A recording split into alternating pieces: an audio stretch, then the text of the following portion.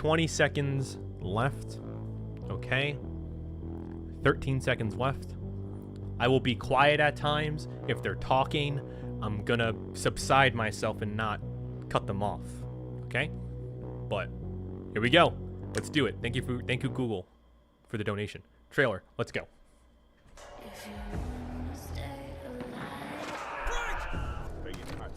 Now run.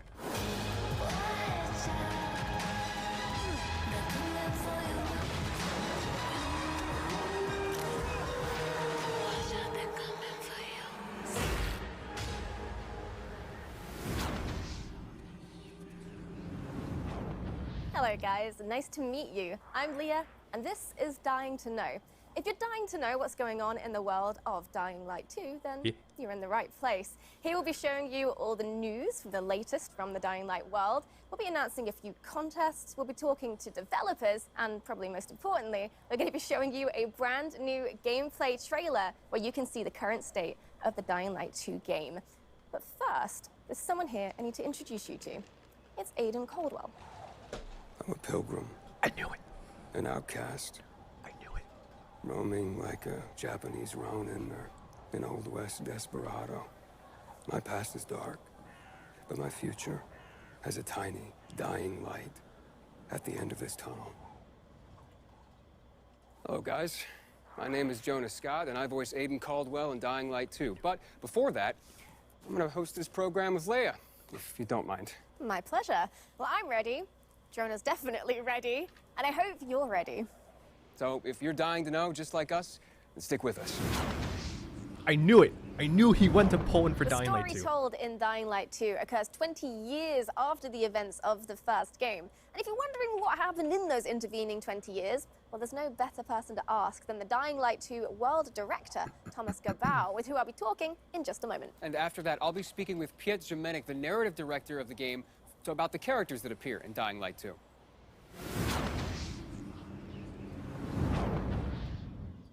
Welcome to the show, Thomas. So the first question I have for you today is, do I need to have played Dying Light 1 to sort of understand what's happening in Dying Light 2? No, actually, you don't. Like you mentioned before, our game takes place some 20 years later, in a world where humankind has lost the war to the virus. So, in a way, you could say that Dying Light 2 takes us to the world beyond the apocalypse. Intriguing. All right, tell me more, please. Well, you remember the events of Heron in 2014. Well, after that, world leaders, they had a tough choice to make. They had to isolate the city of Heron.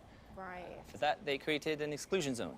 Like in Chernobyl, only a lot more people were left to die inside the walls. Yeah, right. So they just isolated the entire city. And did it help? Did it stop the virus? Yeah, for a while it worked. Enough for everyone to forget about it, at least. Only in secret, a handful of scientists continued to study the virus. You know, manipulating its DNA, creating new strains. They were looking for commercial military applications. So, you know, they're doing it for the money, really. Yeah, of course. So what happened next? Well, next, the shit hit the fan. By Christmas 2021, one of these mutated strains escaped from a level 4 laboratory located near Geneva. We don't really know if this was accidental or not, but this time the virus was much faster than any government. Before the world could react, civilization was on the brink of collapse. People were dying in the streets, capital cities were burning. By the end of 2023, 98% of the population had been lost to the virus. There was a few settlements remaining, but only one city was still standing. The last bastion of mankind, our city, Villador, aka the city. Right, so Villador is what we have left. So that's everything that's happened outside of the city. What actually happens inside Villador? Well, the city has unique rules. First of all, it's surrounded by seemingly impassable walls. And inside the walls, the people decided to use a radical new weapon against the infection, which actually gave them the upper hand in the first stages of the pandemic, but it also created terrifying new monster archetypes. 15 years on, a new equilibrium sort of emerged in the city. By daylight, human factions fight to control the city, and at night, the streets become the realm of these bloodthirsty, infected monsters. Great. Well, that is extremely interesting. Thank you very much, Thomas. And we'll be hearing more about the vibrant and fantastic city soon, I hope. But first, I think we need to hear a little bit more about the characters.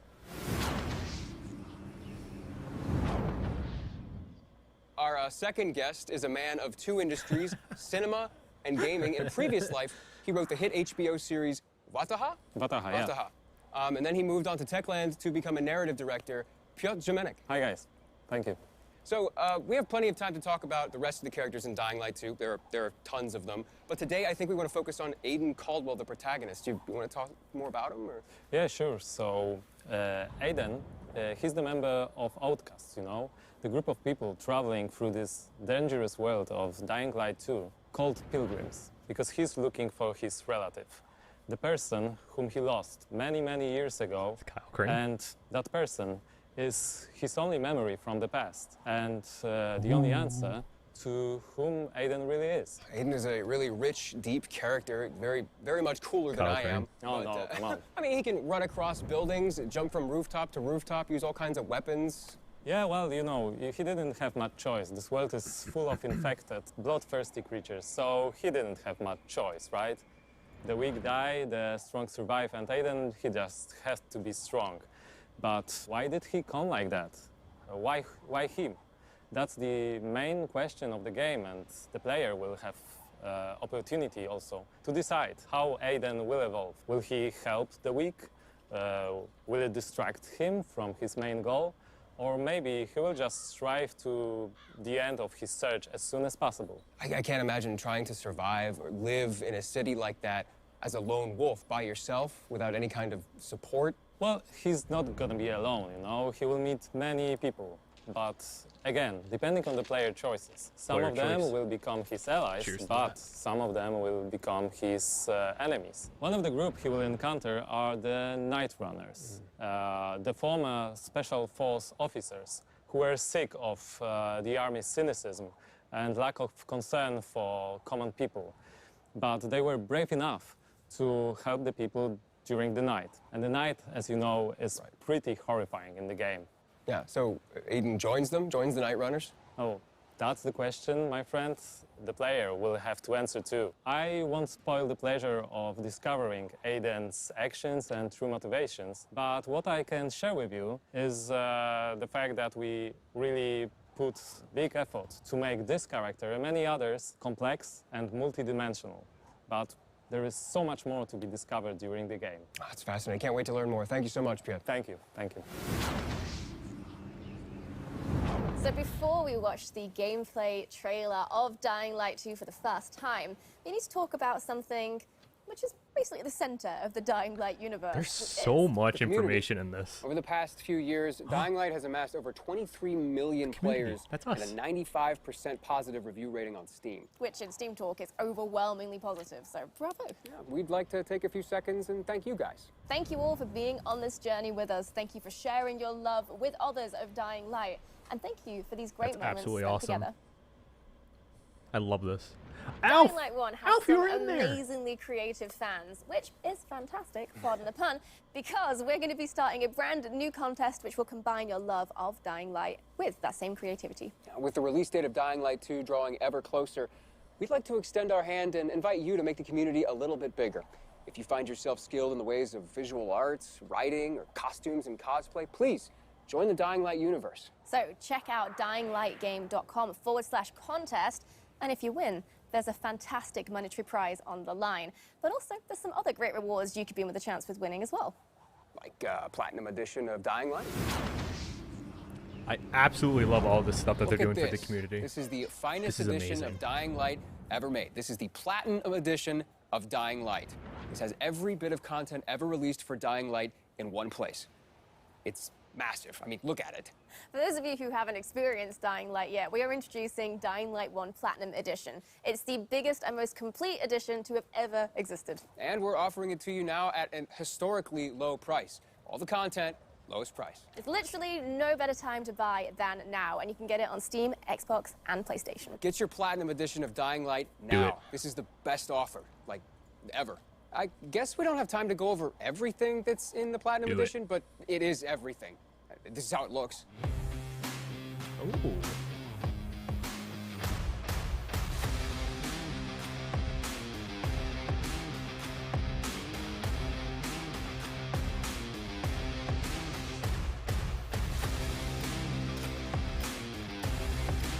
If you haven't played Dying Light, and you're watching this and you're excited for Dying Light 2, this is absolutely the time to do it. Absolutely. Literally everything you need is in this Platinum Edition. Do it. By the way, 4,500 people are in here. Thank you all so much for tuning into the stream. This is also a charity stream. If you'd like to donate, we have a $1,000 goal. Thanks. Okay, We'll so get back I'm to it now. excited because you guys are in just a second gonna see the official gameplay trailer for Dying Light 2. And then after that, we're gonna interview some of the devs that made it possible. Ooh. So, without further ado, here it is. All right, here it is. Hey everyone. We've been quiet for some time, since, like the rest of the world, we had some unforeseen hurdles to clear. But the wait is over. Let's dive into the open world of Dying Light 2. Punch him. Yes. I love this so much already.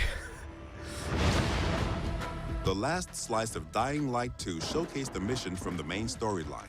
You get after those fuckers. Stay frank. You saw how your decisions influenced the narrative and notably changed the environment. This time, we want to give you a broader look at the game and a sneak peek at some of the things we'll be talking about in upcoming months. There it is, the hand glider. Absolutely love the hand glider. In Dying Light 2, you become Aidan Caldwell, an outsider trying to unravel a tangled mystery from his past. Its trail leads him to the city, probably the last bastion of mankind in the world. Shit!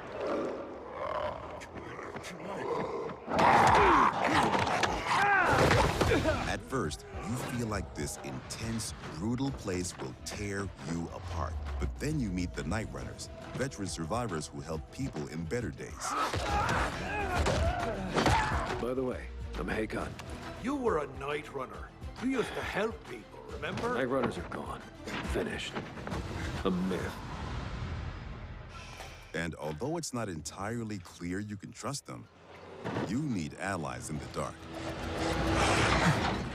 Thick volleys. And these are the modern Dark Ages. It's been 15 years since the apocalypse and the world has changed. The old civilization has fallen, but a new one has been built on its ashes. People fight desperately for scarce resources. Rules are broken, and weakness is punished. She's innocent! 3 factions struggle for position in the city. God. Survivors pride themselves on being able to adapt to any circumstances and cobble together safe zones almost everywhere. Peacekeepers, loyal soldiers, based on who your want to impose their version of law and order and trample all in their path. Renegades, ex-prisoners serving their ruthless colonel, seeking to become sole rulers of the city. Where is Waltz? Make him tell me. Use these factions to reach your goal. Help or harm them to reshape the city to your liking. Just remember, each faction contains complex characters. Nosy Parker, ain't ya? Got some kind of bad habit of yours? So, will you follow cold calculation or your heart? The Bazaar needs good people. Help us and you'll find a home here. Some in the Love city this. offer no chance for an alliance. Bandits, outlaws, and common thugs live only to plunder and kill, plunging the streets into chaos. Yet, nightfall scares all of them equally. Please. Can we see nighttime gameplay?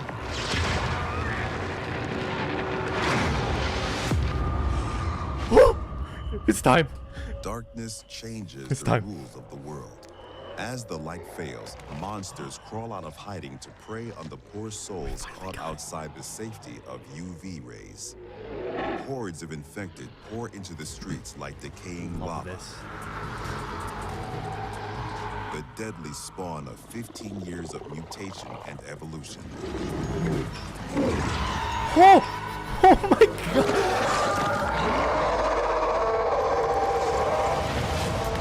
Your only escape? Exploit the city's verticality and flee to the roofs. What? Though even there, you are never safe from swift and deadly virals. Did you see that? Or even greater threat. Holy crap! Huh. Yet night brings opportunity as well. Nests rife with infected during the day now lie empty. To explore them, you must tread carefully. But those brave enough to face the terrors of the night can loot a jackpot. This is insane.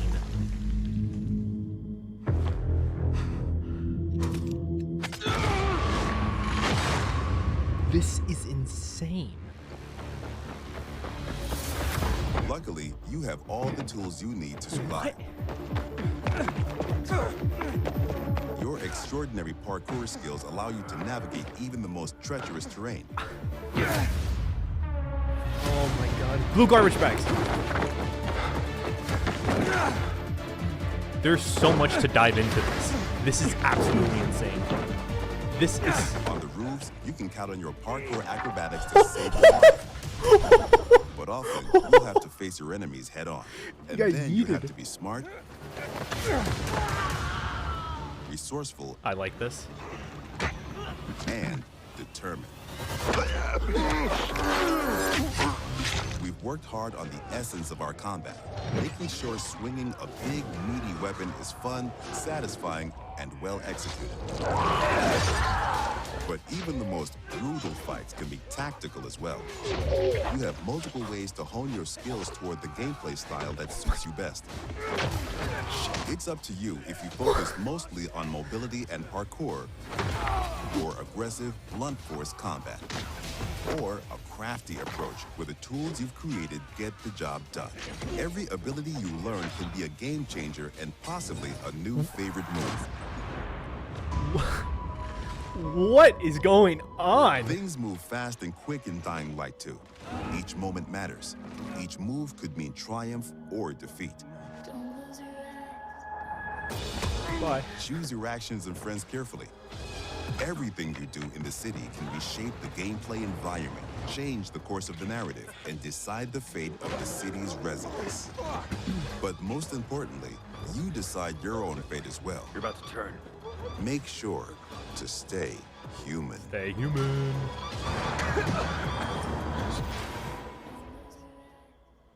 An extensive post-apocalyptic world. And I really like that divisiveness. You know, the life on the roof and then death on the streets. Yeah, like the intensity of the day and the night cycle together. Yeah, it's almost like Dying Light 2 is two different games put together into one. Yeah, like despite that, despite all the brutality going on the ground floor, there's something about like the rooftops and the plants and It's stuff. cozy. Yeah, I kind of want to be there. But it does feel like every decision is vital. Like your choices actually do have some consequences. Choices and consequences are incredibly vital to Dying Light 2's gameplay. And we're going to interview some devs and talk about some other very vital gameplay mechanics. Our next guest is Adrian Szewski. Hi. Hi. Welcome. And that gameplay looked awesome. I know we can't wait to get our hands on it, but congrats. Yeah, for sure. It looks like you guys have a very unique world and a very unique game. Where y'all get your inspiration from? Oh, that was a research. We did a deep dive into the history of our world, and we found repetitive patterns. We found that people use the same behaviors in the past after the fall of civilization or after the fall of the nation that's supposed to be a backbone of our world.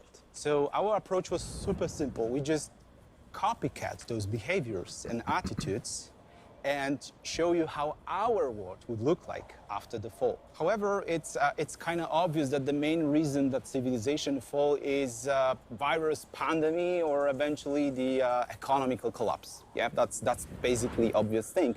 But it's even darker if you connect those things with the research we did at the beginning of the production. So people will question everything. They're gonna blame everything and everyone that's supposed to guide us in our lives every day. So they're gonna blame governments, they're gonna blame law, they're gonna blame science, or even religion. Some people might ask themselves that where was God when it happened to us, basically, you know? So I feel that all of those things together creates the sensation that it's a giant step backward for our civilization. So, Dying Light 2 has a subtitle, Stay Human. What does that mean? Well, it's super hard to remember those values that makes us human. So like compassion or support. So the entire fall that those dark times we have is a big test for everyone. And I think it's even harder test because to stay human, people would sacrifice what's the most important for them or sometimes risk their lives. Wow, so that's like really intense. And there's like the obvious like double meaning to it, which is what I was thinking. Stay human, don't become a zombie. That's what I thought. Disclaimer, those are not zombies. You know, those are infected people that turn to be a monster. They're just crossing a line, you know, and they're not zombies. To be a monster. They're infected. Because in Dying Light, we all infected. Yeah, we all wearing this biomarker. You know, Aiden, you're wearing this. I'm wearing this. That's a watch, actually. But you know that. You know, so that's the thing. So the challenge is to not cross this line at all costs. So that's the biggest challenge of staying human in this meaning. I see. Yeah, not zombies. Not zombies. Not zombies at all. People who've crossed the line. Right, well, fascinating. Thank you so much, Adrian. We're definitely going to be hearing from you again soon. Yeah, thank you so much. This is such a massive news drop. We have with us still Katarzyna going. Tarnacka, the environmental art director. Hi. And we have game designer Michał Duzak. Hello. So, choices and consequences. The player has to make a choice, and they have to experience or endure the consequences. What does that mean? Basically, the whole system of choices and consequences is really, really complex. I would say the best way to describe it is that the player is making the decisions based on 3 layers. First one are the choices that you do during the main story missions. And those big changes actually can change the whole game or even how the story ends. The second layer are choices that you do while the quests. And those choices can actually influence the mission itself. And the last one, the last layer, is so-called city alignment system. And I, as an open-world game designer, would like to focus on. Please do, go on. All right, so water and electricity are basically a key to survive in every world. By restoring it, player can not only unlock the water or electricity in the area, but he can also, based on his decision, assign it to one of the factions, which will influence how the district looks like or who's going to live inside of it. But it also, what is pretty more important for a player, unlock new tools for him, like unique tools for each factions, like car traps, zip lines, or a trampoline. That player can use in exploration to deal with bandits or infected, or simply to move faster through the city. So basically, based on your choices, you shape the game environment, which gives you a different experience every time you start a new game. And what is worth mentioning here that Dying Light 2 is playable up to 4 co-op players. So you can host the game or join other players and see how their choices came up differently to your own. Right. Interesting. There's one thing I'm really curious about, though. Night versus day. How does the gameplay differ from the night and the day? Well, the short answer is that day is for humans and night is for the monsters. But to describe it a little bit better, I would say that during the day, humans, factions, bandits, or survivors scavenging the city and searching for some scraps or someone who might have them. And this is the best time for a player to explore the city, meet its citizens, learn the stories, day-to-day agenda, or even simply help them in a quest or open-world activities to survive those dark ages. Yeah, and that sounds quite pleasant, but I'm guessing night changes everything. Exactly, exactly. During the night, all the infected get out of the buildings. And compared to the Dying Light 1, the night is going to be even more intense this time. Intense in terms of the amount of enemies, their new types, and new, more aggressive behaviors. And what is important, this time, night can mean also opportunity. An opportunity for the players who are courage and skilled enough to use the fact that all the infected are outside and buildings are accessible to explore them and search for the most valuable loot in the game. Katarzyna, you're responsible for the post-apocalyptic look of the city. Can you tell us a little bit how about the city became to look that way? Yes. I guess the important thing to realize is in 2025, a decision was made to use a chemical attack to stop the spread of the Haran virus. And the result is a tight ring of chemically active areas around the city. Some of the chemicals have gotten into the groundwater and spread under the surface, killing every living plant and every living thing in its reach. What it means for the city is that the street levels are virtually dead. The soil is unable to sustain any life, any plant, and the street level is a domain of the monsters, just decaying in every aspect. Wow, so it sounds like there's just no healthy organic life down there at all. Not really. The survival on the street level is pretty tough, so the common people are just visitors there. But the life prevailed. It moved up to the rooftops. And this is where the plants are flourishing and blooming in the post-apocalyptic landscape. And this is where people build and develop the new world of Dying Light 2, electricity producing windmills and safe zones for the player. And in a way, in a metaphorical sense, the rooftops are the new default ground floor, the level 0, and trip to the streets is, in a way, a trip underground, a -1 of sorts, just a corpse of a lost civilization. Yeah, to say the least. I can't imagine being a citizen living in that city, let alone being a player, and how challenging that's going to be. Yeah, and hold that thought. Thank you very much for joining us today, but it's now time to introduce our next guests. With us now I have one question about the open world in Dying Light 2. How big is it? It's pretty big. 2 times we bigger? know that. Can 4 you tell times us a little bigger? more? How big? Yes, of course.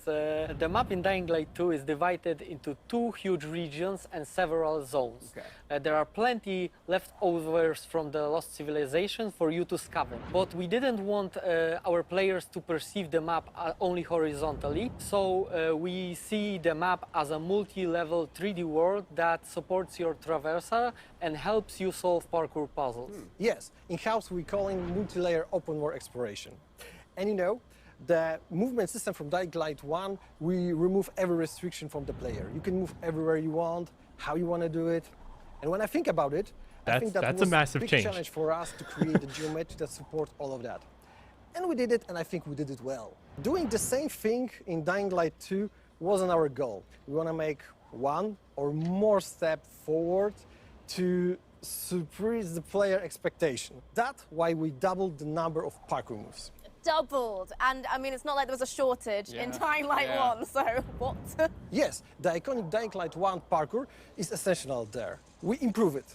We double the number of parkour moves. God, the players will see over 3,000 different parkour animations, from the basic move, through the tricks, to the small little tasty details there that you can see. 3,000 okay, well, different unfortunately, moves. I'm going to have to stop you there, but don't hate me because in the next episode, we're going to be talking more about parkour and how the team have managed to make an authentic urban running experience in Dying Light 2. Yeah, thank you guys so much for the information. Bartosz, Peter, it's been a pleasure. Thank you. Thank you very much. Okay, so the last and arguably the most important question I'm sure you have is, when is the release date? Yeah, that is a very, very, very, very important question. And luckily, we have the answer. And that answer is the 7th of December 7th! Waited years to say that out loud. It's not like it was leaked this morning. The release date of the game. Awesome. Time for you to go pre-order it. Go to dyinglight.com/pre-order. Pre-orders are up. Select your platform, and then hit pre-order. And there you go. Congratulations. You just pre-ordered one of the most anticipated games of this year. Go you. Literally the most requested wishlist game on Steam. Oh, wow. I want one. That got leaked. Well, I've got good news for you then, because this official figurine is part of the collector's edition of Dying Light 2, and you can get one for yourself if you want. We'll leave like a proper unboxing of the whole set to the professionals, awesome. but we do have it all in front of us right now, December so 7th. it'd be rude not to take a look. You get, in the collector's edition, a concept art book full of stunning artwork from the game. You get this steel book, which will have your game inside it, of course, and you get this interesting little sort of UV flashlight. So yeah, cool. It looks like there's all sorts of vanity elements in here too, like some legendary skin packs, as well as all sorts of digital elements. For more information on these digital elements, please visit the pre-order website. I want this, and I want Dying Light 2. Kind of thought you'd say that. Well, if you're feeling the same way, then I've got good news, because you can pre-order the collector's edition However, it is very, very limited, so you'll have to be very quick. limited. Rest assured, there will be plenty of going. the standard edition for your standard gamer. But if you're into special editions, there is a deluxe edition of Dying Light 2 with a steel book, legendary pack, and a digital soundtrack, and much, much more. So to summarize, that's 3 different editions that you can buy That's depending insane. on what you're after. That's so many. And if you just can't wait until release to get immersed in the world of Dying Light 2, then why don't you go check out the Techland Gamers and Goodies website for more info. Yeah, this is a program for all gamers, whether or not you want updates on Dying Light 2 with the news, or you want Dying Light 2 items in Dying Light 1. Everyone's going to That's find awesome. something they like there. Yep, and this is just an initial offering as well. Check back later for even more details, more information, and we'll be going through it in future episodes as well.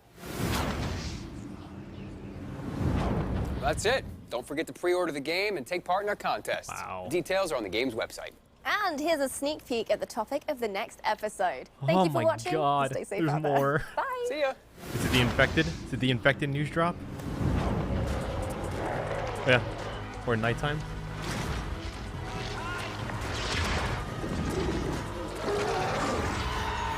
Yeah, it's gonna be infected.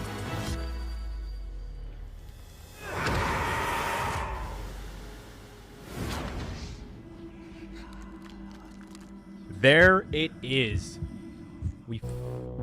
There's the music too. Wow! What are your thoughts? Were you satisfied? Were you disappointed? That event, that lived up to the hype. Okay? That was everything I could have asked for and much more. December 7th is the day.